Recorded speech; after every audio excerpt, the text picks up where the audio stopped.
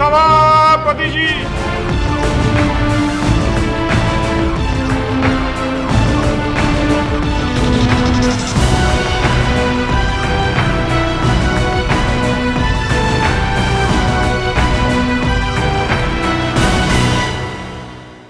नमस्कार, सर्वधर्म संगम में आपका स्वागत है और मैं हूं आपके साथ सत्येंद्र भाटी। आज फिर हम आपको अवगत कराने के लिए मौजूद हैं संसद के मानसून सत्र के तीसरे हफ्ते की सभी दिलचस्प गतिविधियों से। कौन सा मुद्दा इस बार बना चर्चा का विषय, किस मुद्दे पर छिड़ी बहस और किस बात को लेकर हुआ संसद में हंगामा, इसी पर पेश है हमारा आज का खास कार्यक्रम संसद संग्राम।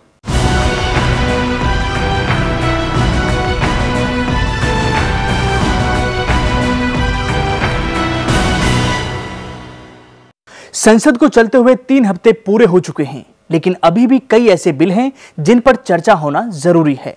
लेकिन संसद में हो रहे लगातार हंगामे के चलते इन बिलों पर उस रफ्तार से चर्चा नहीं हो रही है जैसी कि होनी चाहिए। दरअसल तीसरे हफ्ते की शुरुआत में यानी कि सोमवार को लोकसभा में बढ़ते लीचिंग के मामलों पर चर्चा शुरू हुई, जिसमें देश की सभी राजनीतिक पार्टियों ने भाग लिया।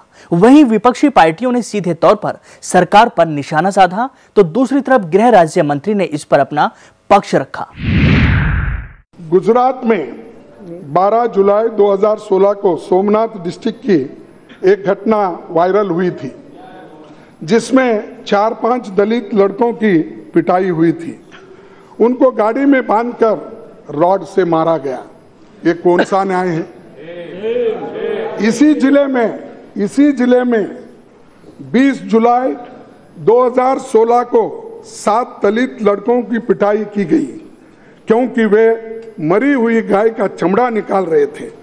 इसके बाद 25 सितंबर 2016 को बनासकांठा जिले में एक गर्भवती दलित महिला को पीटा गया, क्योंकि उसने मरी हुई गाय को उठाने से इनकार कर दिया।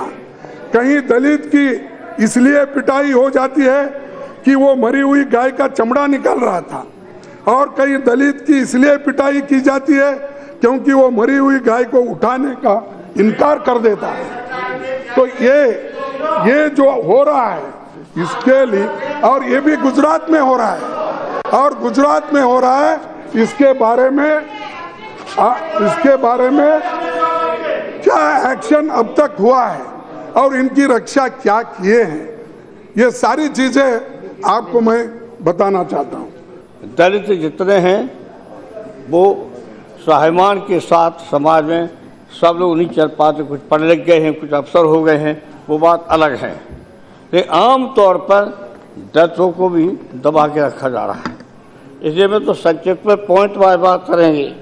दूसरी बात है कि जो क्षेत्रीयता के आधार पर अब भेदभाव क्षेत्रीयता के आधार पर चलता है, ये बिहार का है, ये मध्य प्रदेश का है, जो उत्तर प्रदेश का है, ये वो है, इस आधार पर भी भेदभाव है। हम महसूस करते हो, मैंने देखा भी है। लेकिन हमारे देश का कहीं का हो वो सब एक हैं, इंसान एक हैं, किसी सूबे का हो, कहीं का बैठे आज पूरे देश के लोग, हम सब एक हैं। लेकिन आम तौर पर देखेंगे, अपने अपने क्षेत्रों में देखेंगे और जगह देखेंगे तो यहाँ भी हो जाता है भेदभाव, ये किस सूबे का है, ये किस सूबे का है। मैं समझता हूँ अगर सरकार पक्ष यही मान ले, क्योंकि मंत्री जी एक सुझाव दिया, मैडम जब नहीं थी, कॉन्क्रीट सुझाव, बात में नहीं जाऊँगा मैं, कि एक तो इसका निंदा प्रस्ताव हो, एक जिस तरह से मॉब लिंचिंग हो रहा है, और दूसरा एक कानून बनाया जाए आईपीसी में संशोधन करके मॉब लिंचिंग को इंक्लूड करके, कि पूरे देश में कहीं भी हर स्टेट गवर्नमेंट को हिदायत दी जाए कानून बनने से कि ऐसे अपराध होने से 24 घंटे के अंदर अपराधी को पकड़ा जाए और जल्द से जल्द सजा देने की बंदोबस्त की जाए। अगर सरकार पक्ष यही कहती है कि उनके मंत्री जो कहे हैं उसी को मान लेते हैं, तो वो ऑफिशियल रेजोल्यूशन की तरह मान लेते हैं, हमारी कोई दिक्कत नहीं है। मैं समझता हूँ विरोधी पक्ष का भी कोई दिक्कत नहीं होना चाहिए, हम इसका समर्थन करते हैं, अच्छी बात होने से समर्थन करना ही चाहिए। 1.3 लगभग बिलियन के इस देश में, इसमें स्टेट से यूनियन टेरिटरी से काफ़ी घटनाएं हुए हैं, और जो गलत घटनाएं हुए हैं वो हम सब मिलकर के उसको खंडन करना चाहिए। इसमें पार्टीशन का बात नहीं आना चाहिए। कोई गलत अगर इस देश में घटना हुआ है तो देश के लिए ये दुखद बात है, इसके लिए कोई पार्टीबाजी का बात नहीं करना चाहिए। और मैडम, इसमें किसी भी राज्य में कोई भी घटना होता है, कोई भी वायलेंस होता है, आप बताइए, आज हमारा सरकार नरेंद्र मोदी जी का प्रधानमंत्री बनने के बाद कहीं कोई घटना हुआ है, हमने सहायता देने से अगर मना किया है, भेदभाव किया है, तो आप बताइए। हम चाहते हैं कि लॉ एंड ऑर्डर बनाए रखें। लॉ एंड ऑर्डर जो है स्टेट सब्जेक्ट है, उसको हर राज्य सरकार उसको बनाए रखे। हम लोग भी ये चाहते हैं, और उसके लिए जो भी मदद सहायता केंद्र सरकार से चाहिए, हमने कभी मना नहीं किया। लेकिन आप बार बार हमको आरोप लगाते हैं कि हमने इस देश का माहौल को खराब किया है। अध्यक्ष महोदय, देश का माहौल कैसे खराब होता है? देश का माहौल क्या भारत माता की जय लगाने से खराब होता है, या भारत को टुकड़ा करो बोलने से खराब होता है? बताइए। देश का छवि या देश का माहौल कब खराब होता है? आप बताइए। जब अफजल गुरु को फांसी देने के लिए समर्थन लोग जब करते हैं, तब माहौल का खराब होता है, या अफजल गुरु के समर्थन करने वाला लोग की वजह से देश में माहौल खराब होता है? आप ये बताइए। जब सर्जिकल स्ट्राइक होता है तो आर्मी को सैल्यूट करने से देश का छवि खराब होता है, या आर्मी से सबूत मांगने वाला जो करते हैं तब हमारा देश का छवि खराब होता है? हम जब आर्मी को इज्जत देते हैं तब छवि खराब होता है, या आर्मी चीफ को सड़क का गुंडा कहने से देश का छवि खराब होता है? देश का छवि खराब करने का काम कौन कर रहे हैं? हमारा एक करतूत बताइए जिससे हमारा देश को शर्मिंदा का हमको ये बोझ उठाना पड़ रहा है। आप ऐसे कदम कोई एक तो बताइए। दरअसल राजनीति में गाय एक ऐसा मुद्दा बन गया है जो कि आज के वक्त में हर पार्टी के लिए जरूरी हो गया है, और शायद यही वजह है कि इस बार सदन में हर रोज लीचिंग के मुद्दे को जोर शोर से उठाया जा रहा है। अब यहां पर हाल ही में सुनाए गए 4 अलग अलग पार्टियों के नेताओं के बयानों पर भी गौर करना जरूरी है, जहां एक तरफ पूरा विपक्ष मिलकर तथाकथित गौरक्षकों के खिलाफ आवाज उठा रहा है और सरकार को घेरने की कोशिश कर रहा है, तो वहीं दूसरी तरफ सत्ता में बैठी बीजेपी यहां दोनों कश्तियों में सवार हो रही है। एक तरफ तो वो कहती है कि ऐसे लोगों पर ठोस कार्रवाई होनी चाहिए, लेकिन दूसरी तरफ वो एक अलग ही राग अलापती है, और यही वजह है कि बीजेपी गाय पर अभी तक कोई भी एक तरफा फैसला नहीं ले पाई है, क्योंकि वो जानती है कि बीजेपी शासित बाकी राज्यों की तरह अगर केंद्र में ऐसा कानून बना दिया गया तो पूर्व उत्तर के राज्यों में उसके लिए अपनी सरकार बनाना मुश्किल हो जाएगा। तो चलिए अब आगे बढ़ते हैं। मंगलवार को भी संसद में काफी हंगामा देखने को मिला। मंगलवार को राज्यसभा की कार्रवाई शुरू होते ही नेता विपक्ष गुलाम नबी आजाद ने बीजेपी पर जमकर निशाना साधा और राज्यसभा का बायकॉट करने का आरोप लगाया। दरअसल सोमवार को संसद की एक बिल्डिंग का शुभारंभ किया गया था, जिसका उद्घाटन प्रधानमंत्री नरेंद्र मोदी ने किया। साथ में लोकसभा अध्यक्ष सुमित्रा महाजन, लोकसभा के उपाध्यक्ष समेत संसदीय कार्य मंत्री अनंत कुमार भी इस कार्यक्रम में मौजूद रहे। लेकिन संसद में आयोजित हुए इस कार्यक्रम में राज्यसभा के सभापति और उपसभापति को नहीं बुलाया गया, जिसको लेकर विपक्ष ने सरकार पर जमकर हमला बोला। कांग्रेस नेता गुलाम नबी आजाद ने राज्यसभा में इस मुद्दे को उठाया। इन दो सदनों के अंदर जो कार्रवाई होती है वो हमारी इंटरनल, लेकिन इन सदनों के बाहर, चाहे वो सेंट्रल हॉल में हो या पूरे प्रेमाइसेस में कोई भी फंक्शन हो, वो साझा फंक्शन होता। 2009 में पार्लियामेंट की जो एनेक्सी है, जो इसका हिस्सा है, बहुत सारे ऑफिस हैं, हमारी मीटिंगें होती हैं, कॉन्फ्रेंसेस होती हैं वहां, उसका एक्सपेंशन का प्रोग्राम हुआ और foundation stone honourable chairman Rajya Sabha, जो वाइस प्रेसिडेंट ऑफ इंडिया भी हैं, और ऑनरेबल स्पीकर साहिबा लोकसभा की, उन्होंने फाउंडेशन स्टोन डाला। जाहिर है वो एक ऑफिशियल फंक्शन था पार्लियामेंट का। लेकिन कल जब उस बिल्डिंग का इनॉग्रेशन होना था तो उसमें प्रधानमंत्री जी आए, प्रदेश के प्रधानमंत्री हैं, कोई आपत्ति नहीं है, उद्घाटन करें, कोई आपत्ति नहीं है। लेकिन स्पीकर और डिप्टी स्पीकर उसमें हों और चेयरमैन और डिप्टी चेयरमैन न हो, तो ये सवाल चेयरमैन और डिप्टी चेयरमैन का नहीं है, ये पूरे इस राज्यसभा की गरिमा का सवाल है। चलिए अब हम बात करते हैं आयकर विभाग के कामकाज की। आप शायद इस बात को सुनकर हैरान हो रहे होंगे कि आखिर संसद की गतिविधियों से अवगत कराने वाले इस कार्यक्रम में ये आयकर विभाग का जिक्र कहां से आ गया। तो अब चौंकिए मत। दरअसल बुधवार सुबह आयकर विभाग ने कर्नाटक के एक रिजॉर्ट पर छापा मारा, जिसकी गूंज संसद में सुनाई दी। दरअसल गुजरात में राज्यसभा चुनाव के लिए कांग्रेस पार्टी ने अपने 44 विधायकों को इसी रिजॉर्ट में ठहराया हुआ है, लेकिन वहां छापा पड़ने से कांग्रेस के नेताओं में हड़कंप मच गया और उन्होंने संसद के दोनों सदनों में बीजेपी पर निशाना साध दिया। कोई अगर इकोनॉमिकल ऑफेंस किया है, कोई व्यक्ति, कोई लीडर, कोई भी होने दो, अगर मैं भी अगर किया हूं तो आप कानूनन मेरे ऊपर एक्शन लीजिए। लेकिन आप पॉलिटिकली एक इलेक्शन जीतने के लिए, एक राज्यसभा का उम्मीदवार को हराने के लिए आप ये जो कोशिश कर रहे हैं, इसमें कामयाब नहीं बनेंगे, इसमें कामयाब नहीं बनेंगे। मैं कह रहा हूं कल के दिन यही मुसीबत आपको झेलना पड़ेगा अगर कोई लोग इसी ढंग से करें। इस राज्यसभा में जो अभी हो रहा है, यहां तीनों चीजें लागू नहीं हो रही है। फ्री भी नहीं हो रहे, फेयर भी नहीं हो रहे, और डर और भय का माहौल जो पहले एक स्टेट में था, अब वो वेस्ट से साउथ पहुंच गया।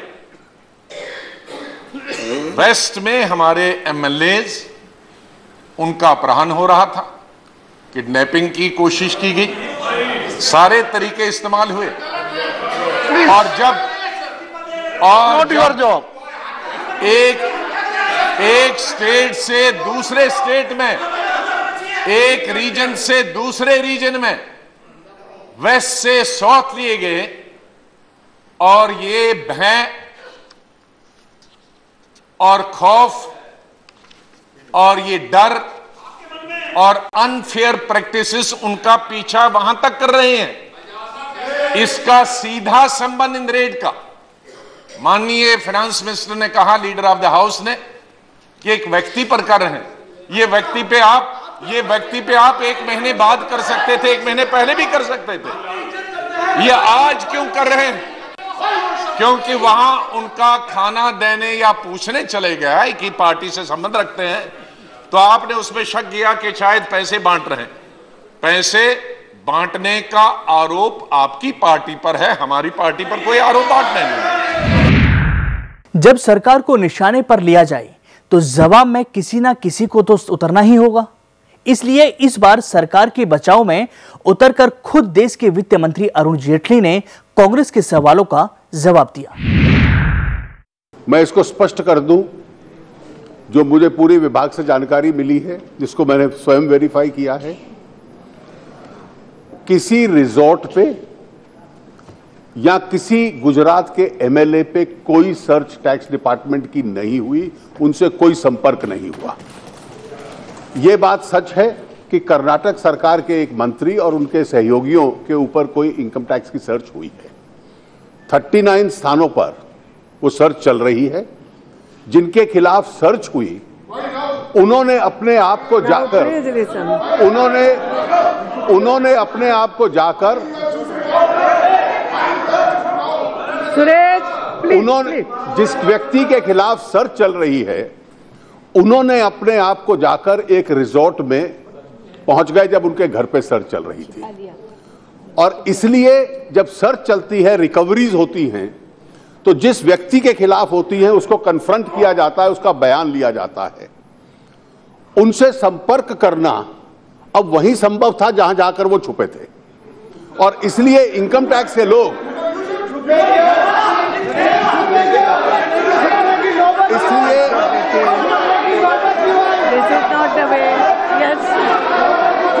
इसलिए इनकम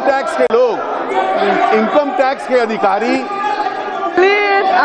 इनकम टैक्स के प्लीज आप सुन लीजिए, सुनिए तो सही, पूरा सुनना पड़ेगा। मिस्टर सुरेश के सुरेश बैठिए, पूरा सुनना पड़ेगा। इनकम टैक्स के अधिकारी इसलिए उनका स्टेटमेंट लेना और उनको वहां से अपने घर ले जाना केवल इस पर्पस के लिए रिजॉर्ट में गए। जब वहां पहुंचे तो व्यक्ति वहां पर कागज फाड़ रहे थे, वो फटे हुए कागज भी और जो डॉक्यूमेंट्स फाड़ रहे थे वो भी पंचनामा में रिकवर हुए, उनको वहां से लेकर उनके घर पे चले गए। आज इस वक्त वहां पर कोई इनकम टैक्स का अधिकारी नहीं है। ये रेड 39 अन्य स्थानों पर चल रही है। इसको गुजरात के किसी चुनाव के साथ मत जोड़िए, इसको केवल आर्थिक अपराध के साथ जोड़िए। दरअसल गुजरात में राज्यसभा के चुनाव होने वाले हैं, जो कि कांग्रेस के लिए सबसे बड़ा चिंता का विषय है, क्योंकि हाल ही में कांग्रेस के 6 विधायक पार्टी छोड़कर बीजेपी में शामिल हो चुके हैं, जिससे राज्यसभा चुनावों में कांग्रेस की मुश्किलें बढ़ रही हैं। और इसी मुश्किल से बाहर निकलने के लिए कांग्रेस ने अपने 44 विधायकों को गुजरात से ले जाकर बेंगलुरु में कर्नाटक के मंत्री शिव कुमार के रिसोर्ट में ठहरा दिया, जिसमें एकाएक बुधवार को आयकर विभाग ने छापेमारी की, जिसके बाद दर्द से तिलमिलाई कांग्रेस ने इस मुद्दे को संसद में उठाया। गुरुवार को राज्यसभा में कांग्रेस नेता राजीव शुक्ला ने महिला खिलाड़ियों पर अपने विचार रखे। राजीव शुक्ला ने महिला खिलाड़ियों की तारीफ करते हुए कहा कि अगर महिलाओं को अच्छी सुविधा दी जाए तो वो देश का नाम रोशन करने में कमी नहीं छोड़ेंगी। लेकिन महिलाओं ने जिस तरह से पिछले कुछ वर्षों में स्पोर्ट्स में कमाल करके दिखाया है, उससे मेरा सरकार से आग्रह है कि महिलाओं को खेल में प्रोत्साहन के लिए विशेष नीति जो है खेल मंत्रालय को बनानी चाहिए। मैं कुछ नाम लूँगा। टेनिस में सानिया मिर्जा, आप जानते हैं किस तरह से विश्व स्तर पर छाई हुई हैं। साइना नेहवाल बैडमिंटन में, साबा अंजुम हॉकी में, मिथाली राज और हरमनप्रीत कौर ये क्रिकेट में, पीवी संधू और बैडमिंटन में, अरुणिमा सिन्हा वॉलीबॉल, फुटबॉल, और ये तो माउंट एवरेस्ट पे भी गई क्योंकि इनकी एक ट्रेन से इनको फेंक दिया गया था तो उनकी टांग कट गई थी और उसके बाद भी इसने माउंट एवरेस्ट पे चढ़ाई की। अरुणिमा सिन्हा ने, MC मैरी कॉम जानते हैं सदन में हमारे हैं, उन्होंने कितना बढ़िया जो है अपना परफॉर्मेंस पूरे वर्ल्ड लेवल पे दिया है।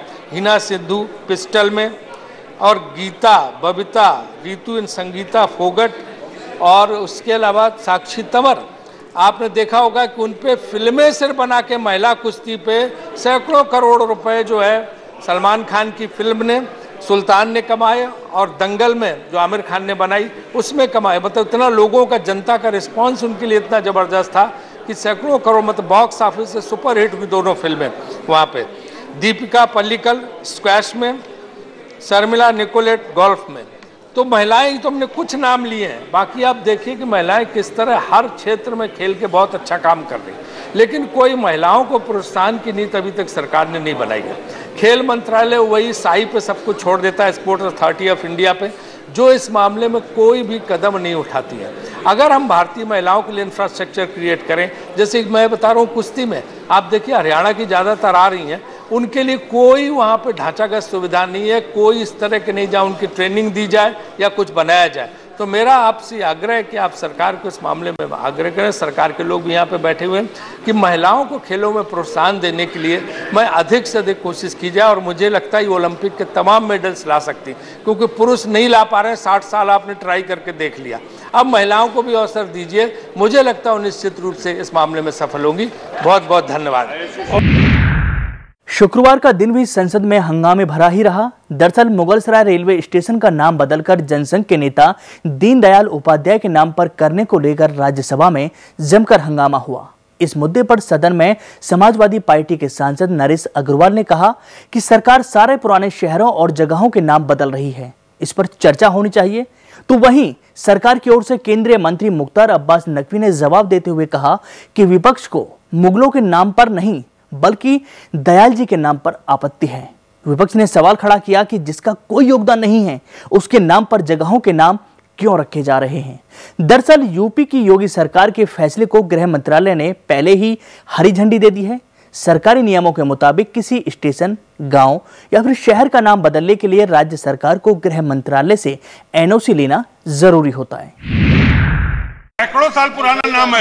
ठीक है, सरकार जबरदस्ती उत्तर प्रदेश का भौगोलिक स्थिति को बदलना चाहती है, नाम बदलना चाहती है। लेकिन मुगल सराय पूरे वर्ल्ड में नाम, अरे भाई, लेकिन पूरे विश्व में नाम जाना 267 मैटर क्यों बदलना है? It is not a 267 matter. Delhi का भी नाम बदलने जा रहे हैं, ये नई दिल्ली का नाम, ये उत्तर प्रदेश की सरकार आज यू कैन देश के निर्माण के लिए कार्य, ये मुगलों के नाम पर रेलवे स्टेशन चाहते हैं, पंडित दीनदयाल उपाध्याय के नाम पे नहीं चाहते। तो मुझे लगता है कि ये सोच बिल्कुल गलत है। दरअसल बीजेपी इस साल पंडित दीनदयाल उपाध्याय का जन्म शताब्दी वर्ष मना रही है, क्योंकि सरकार ने कैबिनेट की बैठक में मुगलसराय के मुख्य मार्ग का नाम दीनदयाल उपाध्याय के नाम पर करने, प्रमुख चौराहों पर उनकी प्रतिमा लगाने और उसका नाम दीनदयाल चौक करने का भी निर्णय ले लिया है। इस बैठक में कहा गया था कि दीनदयाल उपाध्याय का निष्प्राण शरीर मुगलसराय स्टेशन पर ही मिला था। तो आज हमने आपको दिखाया कि संसद में इस हफ्ते कौन कौन से मुद्दों ने चर्चाओं का बाजार गर्म किया। उम्मीद करते हैं कि आपको संसद की हर गतिविधि से अवगत कराने के मकसद से हम कामयाब हुए होंगे और आपको हमारी एक खास पेशकश भी जरूर पसंद आई होगी। अगले हफ्ते फिर होगी आपसे हमारी मुलाकात, तब तक के लिए दीजिए इजाजत। नमस्कार। माननीय सभासद, माननीय सभापति जी,